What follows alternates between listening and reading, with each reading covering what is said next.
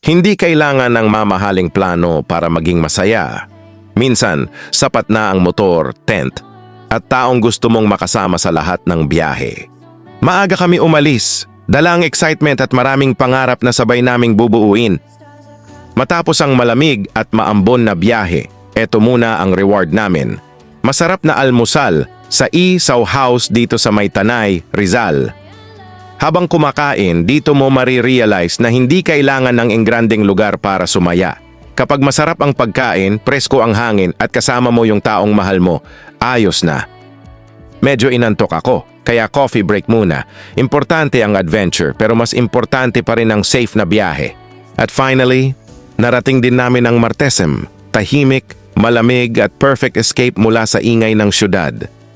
Isa sa pinaka-satisfying na parte ng camping, yung unti-unting nabubuo yung setup nyo, iba rin yung saya kapag nakatayo na yung tent at alam mong dito kayo magpapahinga for the night. Eto muna yung moment na walang iniisip. Tamang duyan lang, chill at enjoy sa tahimik na paligid. Presko yung hangin, sobrang relaxing ng view, hanggang sa napahiga na rin muna para magpahinga at mag-recharge ng energy. Habang lumalamig ang gabi, parang nasa Baguio na rin ang pakiramdam. Dito na namin hinanda yung simpleng hapunan, sabay kumain, sabay tumawa, sabay nangarap. Ito yung klase ng gabi na hindi mo kailangan ng kahit ano pa, kasi sapat na yung kasama mo yung taong mahal mo.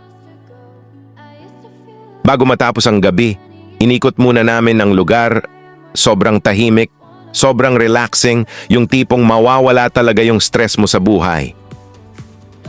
At syempre, walang tatalo sa mainit na kape habang malamig ang umaga.